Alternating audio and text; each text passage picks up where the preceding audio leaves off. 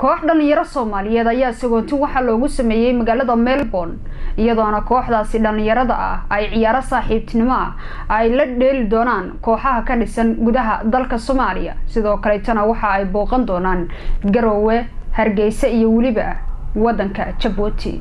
sidoo warbixinta warka inoogu soo diray wariyaheena Xamse Cabdisalaan waxaa bilooyinkiina soo dhaafay ka bilowday barnaamij ay wadaan dhalinyaro Soomaaliyeed oo ku kala nool magaalooyinka Soomaaliya iyo magaalada Melbourne ee wadanka Australia barnaamijyadaas oo ahaa in kooxo dhalinyaro Soomaaliyeed oo sports kana kala socda Soomaaliya Djibouti iyo waliba Australia ay ku kulmaan garoomada Djibouti Hargeysa iyo waliba Garowe haddaba waxaa xalay lagu sagootiyay magaalada Melbourne kooxdii u matali lahayd Soomaaliya Diaspora Australia marka hore waan salaamayaa ummadda Soomaaliyeed meel kasta ay joogaan waxaan aad ugu faraxsanahay anigu ma baran kubad iyo football iyo sports jaanisna uma helin hadda kormar baan isku dayay oo lug baan ka dhaawacmay marka waa ku faraxsanahay in dhalinyartani dalkii hooyo ay aadaan waad ogtihiin oo anagu siyaasad waxba naga ma gelin haddii aanu fannahay iyo haddii sports aanu nahay qoladan kubaddu maaha qabiilna maaha dowlad gaarana maaha Soomaaliya Somaliland Djibouti meesha ay tagaanba waa dalkoodii miyaan ahayn sidaas waxaan leeyahay sportsku waa walaalo sportsku waa wanaag sportsku waa walaalo sportsku waa wanaag wadan kastoo ahaadaba sportsku waa wanaag sportsku waa sportsku waa walaal sportsku soo ma sida aad isugu imaanay sagootinta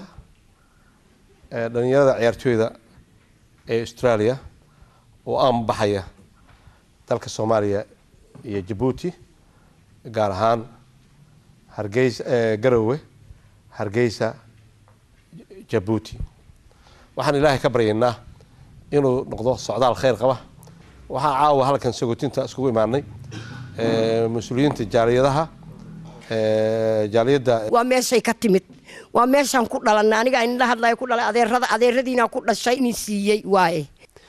Farax Warsamo oo ah gudoomiyaha jaaliyada Soomaaliyeed iyo waliba waalidiinta dhalay dhalinyarada u kicitamay Soomaaliya ayaa waxay xalay kula dardaarmeen dhalinyarada ayagoo u sheegay in ayna muhiim ahayn in koob la kala qaato laakiin muhiimadu tahay inay soo bartaan wadankoodii hooyo ayagoo waliba halkaas uga mahad celiyay dhalinyaradii ka qayb qaadatay barnaamijkan isku xirkiisa ama dawladda inkastoo anigu si toos aan ula xiriiray Puntland aan la hadlay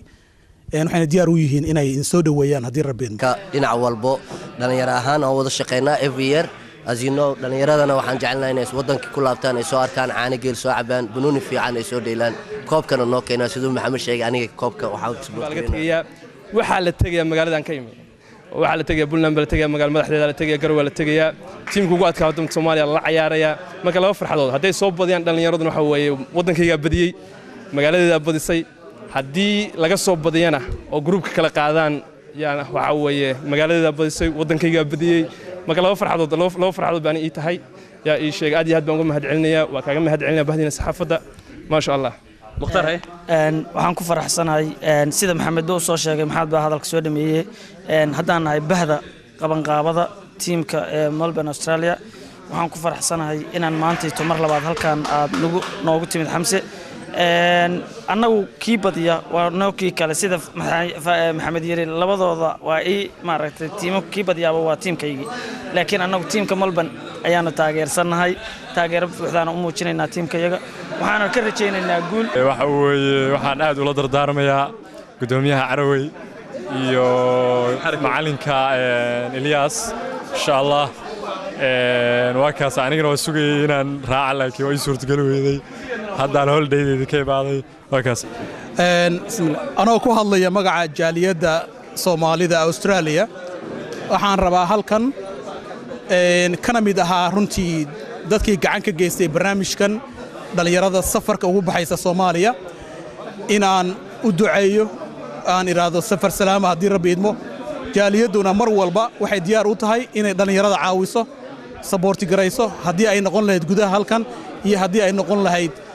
safarada ay u baxayaan ma aan markii ugu horeysay aanu barnaamij dhalinyaro ku saabsan aan ku caawinayno